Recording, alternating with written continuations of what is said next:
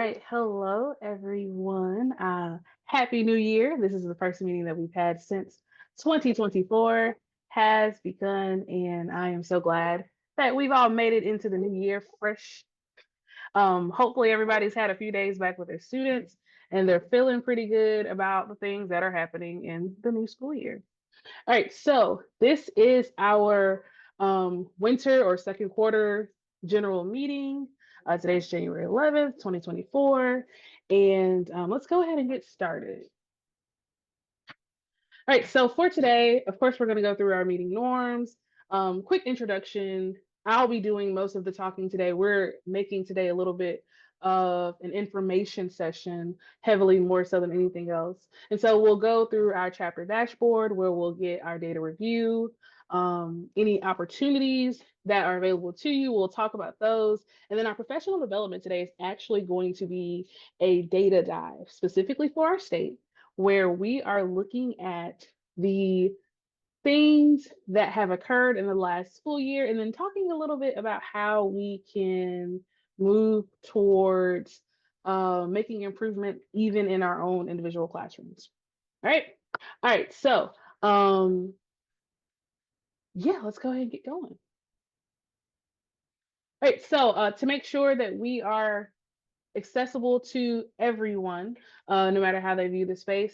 If you need anything in particular, please let us know. You can either email us prior to meetings or after meetings if you have ideas, or just hit us up in the chat. That's perfectly fine. If you need captions, captions are available here in Zoom.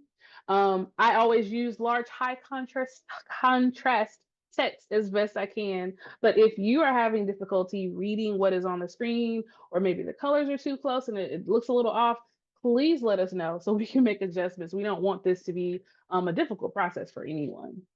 And then, of course, I go through and I always describe the visuals that are on our screen. All right, so this is our chapter leadership. I am Crystal Chapman. I am the chapter president. William Ed Blake is our vice president. Shella Williams is secretary. Ms. Dixon is treasurer. Mary Dunaway is our outgoing president. Dr. Tiffany Henderson, Michelle Anning, Tiffany Carter Washington, JJ Townsend, and Shelley Hollis are all chapter advisors, and Shelley Hollis is our state leader. And so any of us are available to help you at any point if you have questions. Generally speaking, if you want to email the chapter, we are Mississippi at csteachers.org, and you'll get one of us in response. All right, so let's go ahead and get into this business meeting. All right, so we are looking at the data where we currently stand in our chapter. We have 54 active members. We haven't had any new members since the last time we met, which is, a little sad. We have a little sad face. So definitely want to encourage everyone to recruit colleagues. Even if your colleagues are saying, oh, well, I'm not a computer science teacher, we still talk about really solid pedagogical practices that benefit pretty much any content area.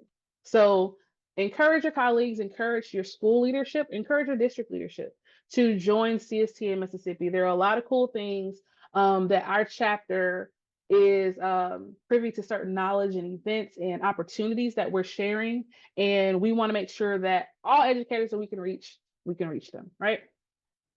We have social media, Instagram, YouTube channel, and a Twitter if you decide you want to follow us in one of those places. And let's see, we don't have a lot of CSTA Plus members. We definitely need to increase that. So that's a part of our drive as well. But I'm also going to talk about an opportunity for educators to get a free CSTA Plus membership. So that's coming up soon. The big things I really want to bring everyone's attention to is over here in our quick news / upcoming events. Right now, there is an AI accelerator application that's open. And for those of you that are unaware, I'll give you a quick snippet before we talk about it later. This is a fellowship that helps to prepare teachers to teach, train, and advocate for equitable AI practices and learning environments. And so when I say teachers, I'm not restricting this to K-12 educators, higher learning, outside of school learning, traditional, non-traditional, it doesn't matter. If you consider yourself an educator and you live in Mississippi, you should definitely apply for this accelerator. There are some great benefits that I will be addressing in just a few minutes.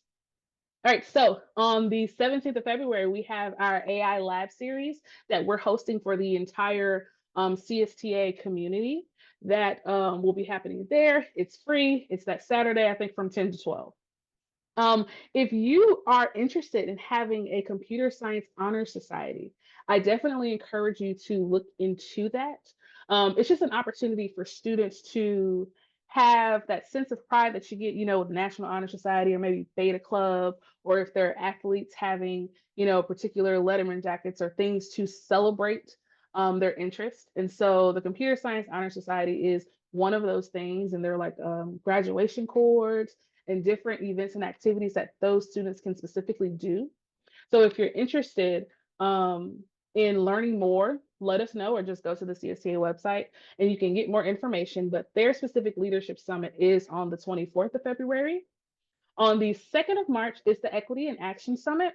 It is a great, almost, I call it like the mini conference leading to the big conference in the summer. And so, from what I understand, there are some really phenomenal keynote speakers that have been invited to share, and it's a 1 day summit. It is, I want to say, it starts about mid morning and ends right before the evening time starts. So it's a lot of information jam packed, and the speakers are always really, really good. There are a lot of presenters from the CSTA membership. So it's us essentially talking to us, which makes the content really good. On the second is our next chapter meeting. So make sure you mark that and register for it so you can be here. And then continuing on the 15th of April is our spring AI Lab series event. And then on June 15th is the one for the summer. So I'm not sure if I said it, but the AI Lab specifically is where we share an AI tool or two that we think would help educators. And then in the second part of the time that we have, we let you explore and kind of navigate different ways to use said tool with us around to help and support. So it's a laboratory style thing where you're doing exploration. Mind you, before teaching computer science, I taught biology and worked professionally as a scientist. So lab related things make sense. And that's what I suggested when we started designing this particular event. So all of these events are free, especially because you are a CSTA Mississippi member. So make sure you register for these and invite others to attend as well. July the 12th through the 13th, we are a part of the team that is hosting the first Mississippi AI Summit. So we're going to have an artificial intelligence summit that is focused on the educator role more so than the corporate role, or maybe an innovation space type role. And so this is connected to that accelerator that I mentioned before. I'm going to talk about a little bit more. And so this is a really cool opportunity. More information will be coming about being able to register. And so just be on the lookout for that. And then the final thing that we have on our upcoming events all the way in July, the 16th through the 19th, is the CSTA National Conference. And if you haven't heard, we will be in Vegas. So hooray for us. Um, and so we know that it's going to be a good time. We are expecting great fun on top of an awesome learning opportunity. I will say that there are scholarships available. So please go to the CSTA national website, or you can even Google CSTA 2024 conference and apply for one of the scholarships. I was able to attend my first CSTA conference due to a scholarship, and the scholarships are really nice. They cover everything. So it's travel, however you choose to travel. Of course, from Mississippi, we would need to fly. Your hotel, and it's not, where you have to share a room. It's your room, and it's the conference hotel as well, which is really, really good and convenient. And they also cover your incidentals, like with your meals. So please, please, please, if you're interested in attending, make sure that you apply for a scholarship. It's definitely worth filling out the application. And they really, really work hard to make sure teachers that have never been able to attend get this scholarship and, get to have a good time. And I mean, I'll be there. So, definitely plan to join us. All right. So moving on down. So the Magnolia Innovator Award. So this is our Mississippi specific award that allows us to highlight an exceptional educator that is working in a computer science space. Just like before, I was saying, we don't necessarily focus all the time on K 12. If we have educators that are outside the K 12 space that you want to nominate and recommend, we will take that as well. We also recommend self nominations if you know you are in your classroom pushing the needle forward and really doing it and doing what you're doing well. Brag on yourself so we can celebrate you. Um, Part of the award outside of us celebrating how awesome you are is a small monetary token, very small. So please make sure if you are interested in nominating yourself or you want to nominate an educator that is in your space, that you do so. And we look at these at a rolling basis and we aim to celebrate someone at every meeting. So the next opportunity to celebrate someone will be in April. All right, so let's get back to that conversation about the accelerator. So the accelerator that I was mentioning is a part of the Mississippi AI Collaborative, and you may or may not have heard about this group, kind of based on where you function in social media. I know that we have a heavy presence on LinkedIn, and we're working on getting other places as well. And so CSTA is a part of the Mississippi AI Collaborative, and what we essentially aim to do in junction with the other organizations is to help Mississippians across the states in education and outside of education really harness the power of artificial intelligence in order to just kind of elevate and expand, what we already do and how great we already are. And just for clarity, some of the other organizations that are involved are Jackson State University, the Mississippi Coding Academy. And so if you're not aware of who they are the state's only no cost coding boot camp. And so they're with us, and then the Bean Path. And so the Bean Path is a nonprofit organization that is based in Jackson that focuses on bridging the tech gap for Mississippians. And so the four of us got together and really thought that it would be important if we worked to make sure that Mississippi did not get left behind in this AI wave, and to kind of shorten our origin story. And there is a story linked on the Mississippi CSTA page under news if you want to get more details about the formation. But we were able to be awarded a grant from data.org. We are one of 5 recipients in the world. We're the only recipient for the United States, I think, of America. I don't know if it's all of North America. I think it's just the United States.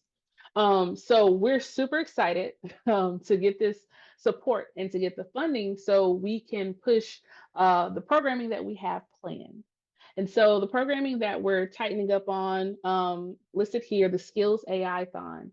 If you have kind of seen some of the things that we're doing, you've seen the Skills AI-thon, and basically it is a self-paced course that allows you to get the basics down about artificial intelligence. And it's a really, really good short course because it's less than 8 hours, I want to say, like less than 8 or 5 hours. It depends on, how fast you move through the content, but it's a really short course.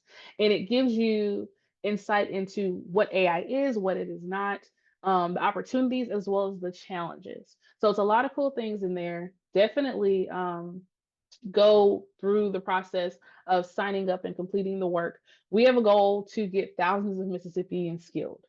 So whether you're in education or not, if your family members are interested in learning about artificial intelligence, you can send them to that specific course and that content, and they'll be able to gain some valuable information. So all Mississippians, please participate in the Skills AI-thon. It is a great way to get your foot in the door when it comes to this technology. And so the second program that we have is the AI agency. And so if you think about it like a marketing agency, how, a business owner would go to a marketing agency to get support on how to present themselves publicly, we're essentially doing the same thing with artificial intelligence incorporation and integration into businesses. So this is where business owners can come to us. And this particular agency is staffed by college students, which makes us as educators extremely excited. But they are able to come to the agency to get the support that they need to either learn about how AI can help improve their business, or even learn about how they can start to build things in the AI space, or just incorporate things into their processes, maybe to make their businesses flow better.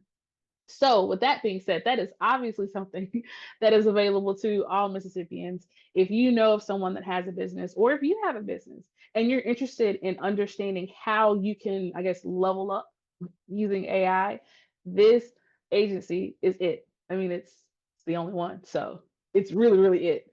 So our website, MississippiAI.org, has all the information there. But now I'm going to talk about the AI Accelerator Fellowship, because as educators, educator to educator, this is what I want us to focus on, because I really want everyone to have the opportunity to participate.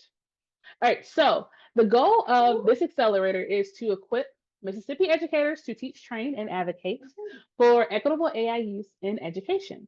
And so this is a 6-month fellowship. Our first run through of this is extremely short. And so you would learn, if you were selected, through workshops, mentorship, and networking in our monthly established meetings. And so the big goal is for all of the fellows in this accelerator to be able to develop a professional development related workshop that fits into whatever bubble of education they're in. So, of course, if they're a K through 12 elementary teacher, it would look different from if they were at the collegiate level, or if they ran an after school program. And so we're looking for educators in general, not a specific smaller group. So the participants would develop a workshop to share back with their colleagues or other educators in their community space, and help us spread this knowledge of how to do AI in education correctly, right? So the big thing about it is that the fellowship also is linked to that AI summit, because those that are accepted as fellows will be able to participate as speakers in the summit, and then will have their expenses paid for the duration of the summit. And so once again, the eligibility criteria is to be a current Mississippi educator.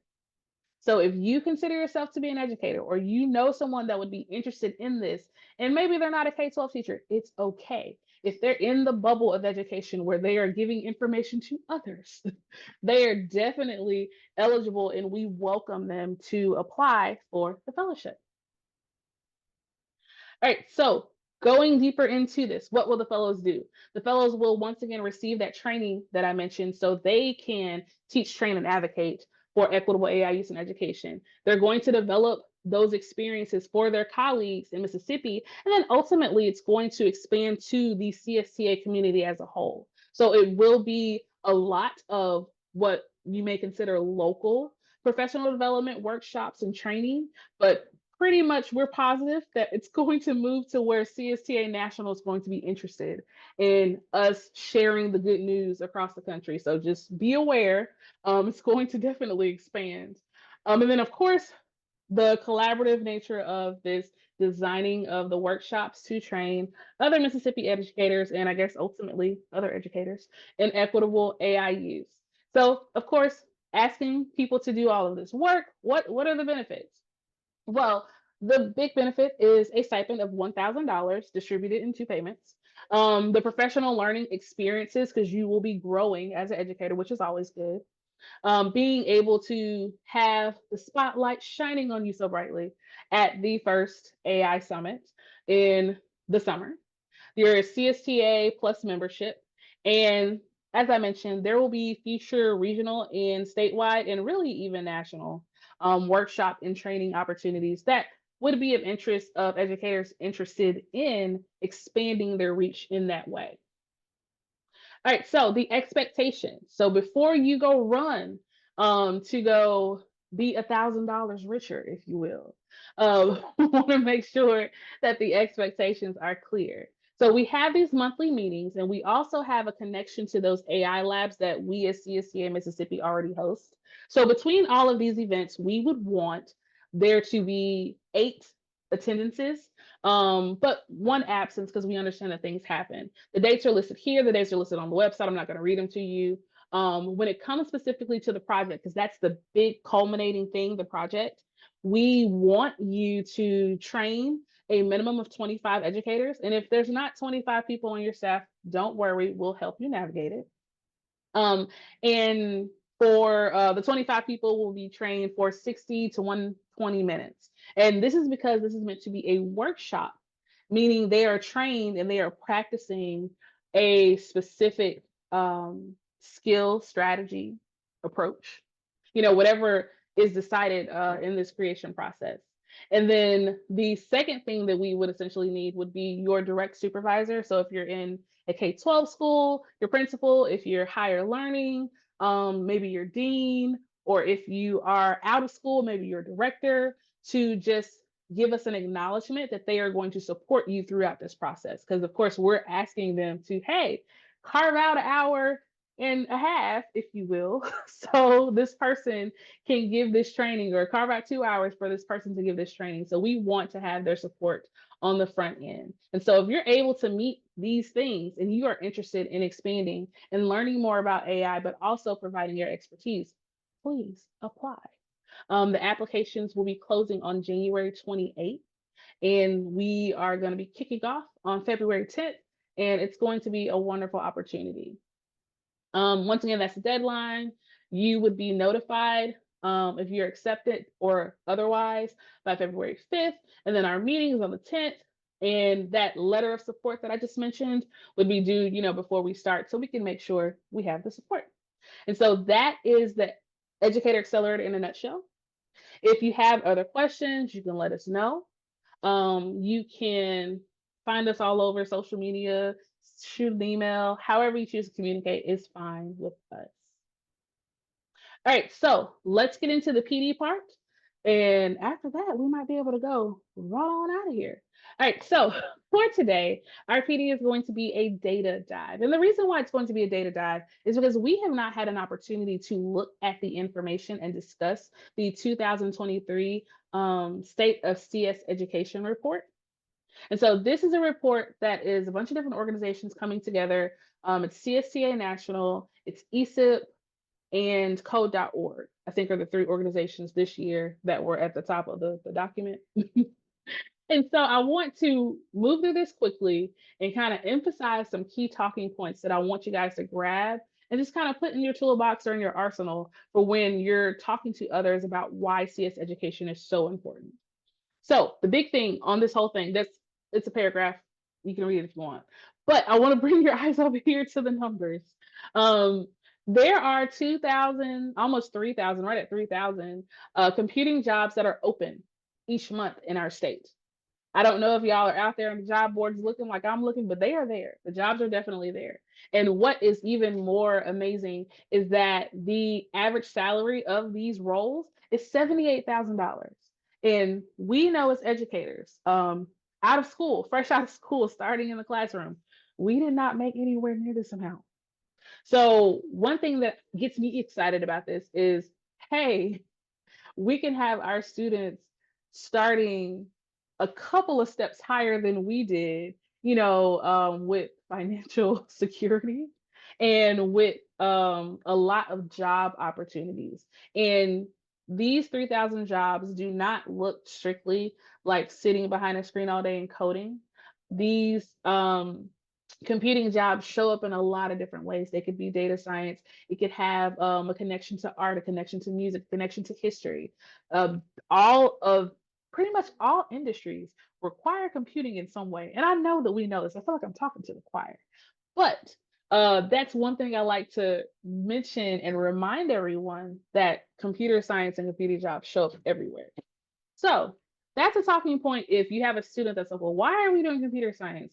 Or if you're talking to a higher up person and they just don't get why you're so excited about it. Hey, in Mississippi, we could have students possibly without college debt even earning over $50,000 a year by preparing them through this pathway. So there's that.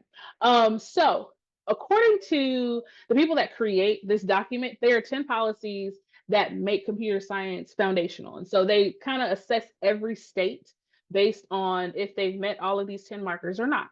And so, number one, we have a statewide plan for K-12 computer science. I've mentioned it before in a previous meeting. We also have it linked on the website. It's also on the MDE website, so it's there, it's available, right? Um, Two, define computer science and establish standards. We have standards, they're a part of our plan. Allocate funding for rigorous computer science professional learning. Now, of course, I would be quick to say, yes, there's money, but I want there to be more money everywhere. I want there to be millions of dollars allocated to every school. But that's not the case now. That's what we can work on and advocate for. But there is funding at the state level that helps to promote professional learning for educators. And a lot of this is spearheaded by Shelley Hollis, who is on our advisory board. Four, implement clear certification pathways for computer science teachers at elementary and secondary levels. So we know that there are computer science certifications in the state. So for these four, we've knocked it out. And so when they were kind of breaking down what we've done to advance computer science education, they said that we've had over 3 million after the 2023 legislation as far as dollars being allocated for funding computer science. Now, mind you, I said I won't be happy till we all have individually in our classroom spaces like $1 million, but that's just me wishing. But $3 million is quite a bit. I have had the opportunity to look at what's happening in a lot of other states, and we are really, really towards the top when it comes to pushing for computer science education everywhere and supporting it. Of course, there are things that we can do to improve, but a lot of this just takes time. And I think that when I continue to talk about the data, you'll see how we are making those upticks. And then, of course, as we've already discussed in meetings, and it is also on our website, Mississippi is requiring that all grade levels offer computer science. Now, we'll say the offering computer science is one thing, but the requirement is what we're wanting to have happen, just because we want to make sure that every student has an opportunity to learn through computer science. All right, so those are the first four. We got 6 more. So let's do the ones that we have, which are required that all schools offer computer science. We just talked about that. Allow computer science to count towards graduation requirement. For those of you that are not in high school, it does. Allow computer science to satisfy an admission requirement at higher education institutions. For those of you not in higher ed admissions, it does. So we have knocked out those 3, but the ones that we need to work on, create university programs to encourage all pre-service teachers to gain exposure to computer science. So now computer science pre-service training is an option. It's like an elective, if you will. And so we want it to be a requirement for all pre-service educators, because computer science, and really I'll break it down to say computational thinking has a place in every single classroom. And so that's why the pre-service, all of them, teachers getting this information is important. Establish a dedicated computer science positions in a state education agency. And I know some of you are like, what? You just said that we have someone on the state. We do. But their positions are kind of shared across a lot of different roles, and they are doing phenomenally to say they are spread across different things. But what the creators of this report want is, a specific person, and their only job is computer science instruction.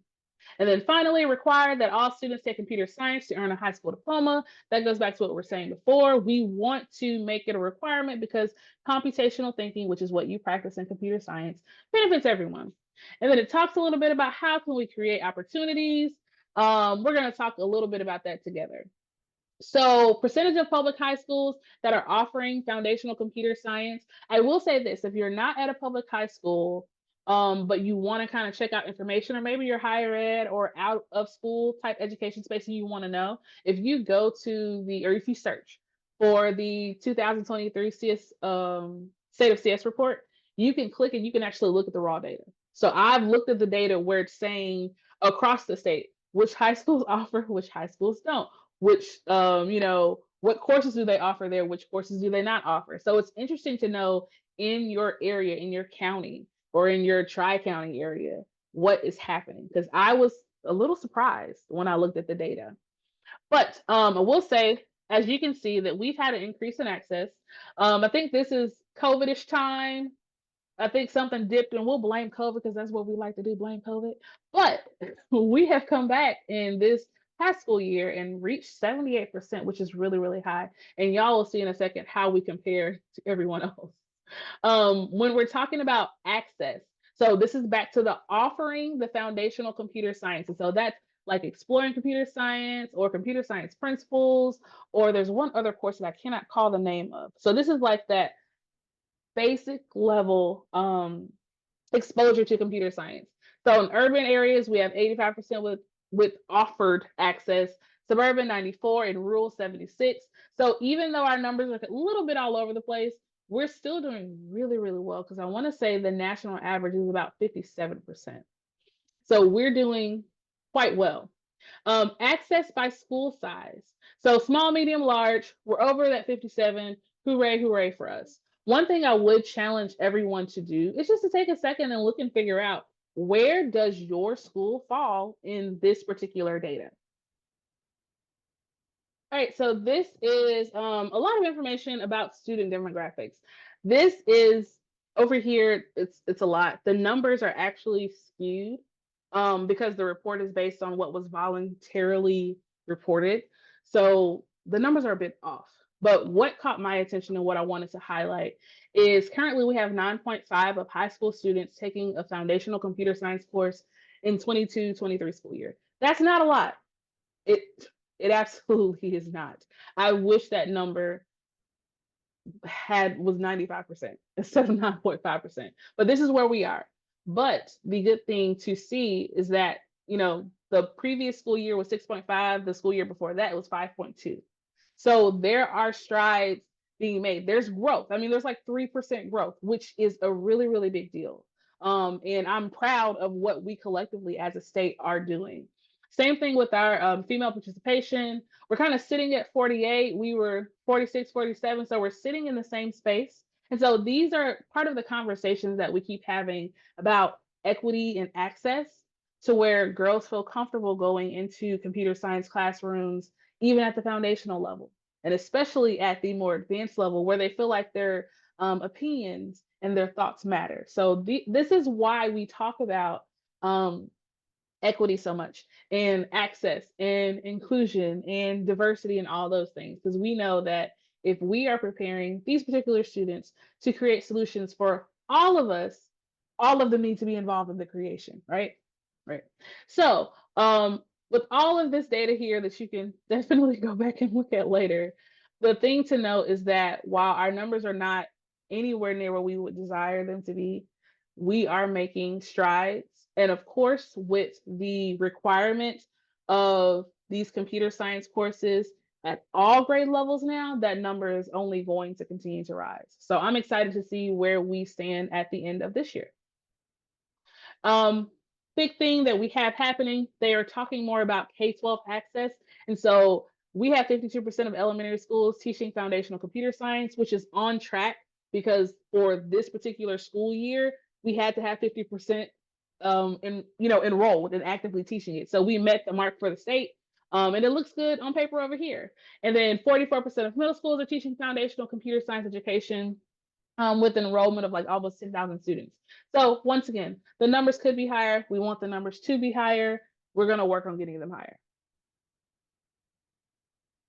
So now, okay, so let's get to the last two slides. So when we're talking about access and what it looks like, I know in your head you're like, yeah, it's great to see Mississippi numbers, but like, where do we compare? Everybody's competitive. Where do we fall across the country? So they grabbed a couple of states in the South, and we're towards the bottom, and it looks like it looks rough here. But when we look at it all together, we are actually doing quite well. Like we're in the top 20. We are well above the national percentage of offering. So we are definitely chugging in the right direction.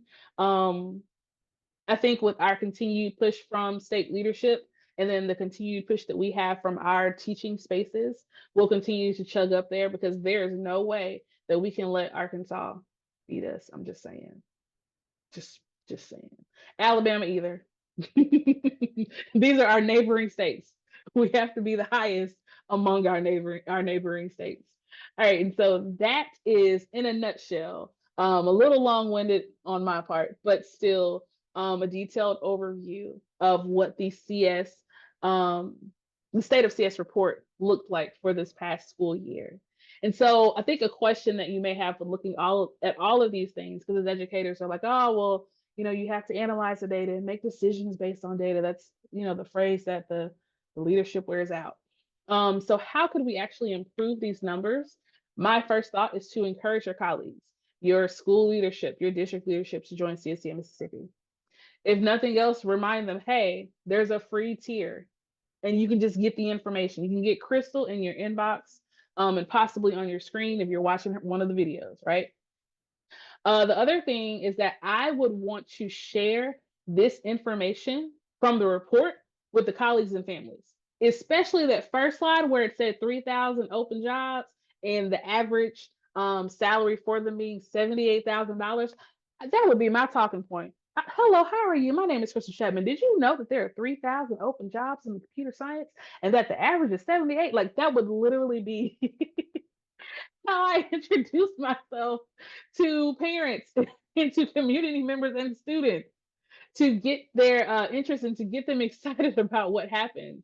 Um, you, that's how you're going to catch their attention. And the reason why is because that information connected to CS employment, it can meet the needs of like a lot of groups. So when it comes to educators, we're concerned about attendance. We're concerned about performance and engagement because these are the metrics that people have decided determines our effectiveness, right? So if students are working towards these goals, there's a chance they might come to school more frequently. Or they're more focused on performing because if they're seeing the connection between their computer science work and being able to fully communicate in English class, or being able to think on a problem solving level in science or in math class, or being able to think logically and connect the dots as they would in a history class, it all connects. And that's the way you feed it to them. This works for all your other classes too, right? Right. And then, of course, with computer science, if we are having students that are working on assignments that get them excited, engagement is high. And if engagement is high, all the other things work out. And then, of course, parents are concerned about the future of their children. They want their kids to be successful, however that looks for their kid. And so this could be a pathway for a student that could definitely change lives. Same thing with the students. Students want to live independently for the most part. I think most kids, teenagers are like, oh, can't wait till I, am in my own space and I'm making the decisions, right? And then they also want to be able to live comfortably. And in Mississippi, $78,000 a year is nothing to sneeze at, right? And then, of course, state leadership is concerned about brain drain. So if we're able to keep our learners here, if we're able to keep Mississippians in Mississippi, then we definitely can meet, like I said, a lot of the needs of these people. And then, so the third thing I would say is just recruit in your school. Until you have 100% participation in your school, I would say that your job is not done. So recruitment is needed. If you have students that are not enrolled in your computer science courses, how can you showcase what your students are creating to get the interest of other students, right? How can you use your current students to recruit the next group of students? It's about, oh, I see they're doing something cool over there. Well, I want to do that too, or I could do that, or some kid may say, I could do it better. And so use that to, get the students in your room and actively participating in this learning. And then fourth thing is this, let us know what type of support you need. We can only support what we know someone is asking for support. So we can help you boost your numbers in your building. If you want to have support when you talk to your administrator, or working on maybe family nights or STEM nights where we're able to bring the community in to see what is happening and to see why this work is important, let us know and we can pull resources to help. And depending on where you're located, one of us from chapter leadership possibly will show up and celebrate what you have going on. And then, so the last thing that I want to share before we go ahead and close out is considering making a plan for your role. So a lot of what is on this slide is doable. These are not super heavy lifts. But if you don't have a plan towards tracking getting these things accomplished or a way to make sure that you're meeting your marks that you have decided on, it can get a little rough. So a detailed plan with success indicators can help you, identify your progress, see where you need to work, right? And this is what we do with students. This is what we do for those of us that have taught in state tested courses or prep for state tested courses. We have prepared everything through data. We track the data from this point all the way through to that point to make sure that our students are super prepared to be successful, right? So why do we not use this in our own endeavors? Or this is why we should use this in our own endeavors.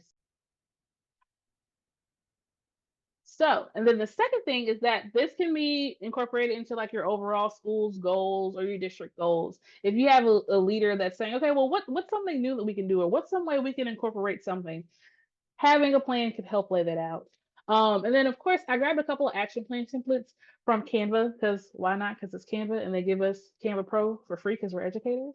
And so just take a look and see how you can kind of plan out how you want to have that type of impact in your learning environment. And once again, if you have questions or if you want support or if you want to bounce some ideas, we leadership are all involved in education, just like y'all are.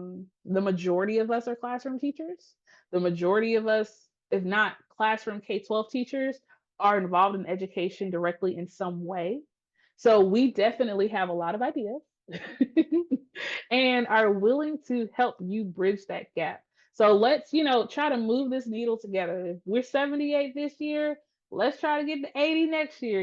We're pushing really hard. Let's try to get to 82% next year, right?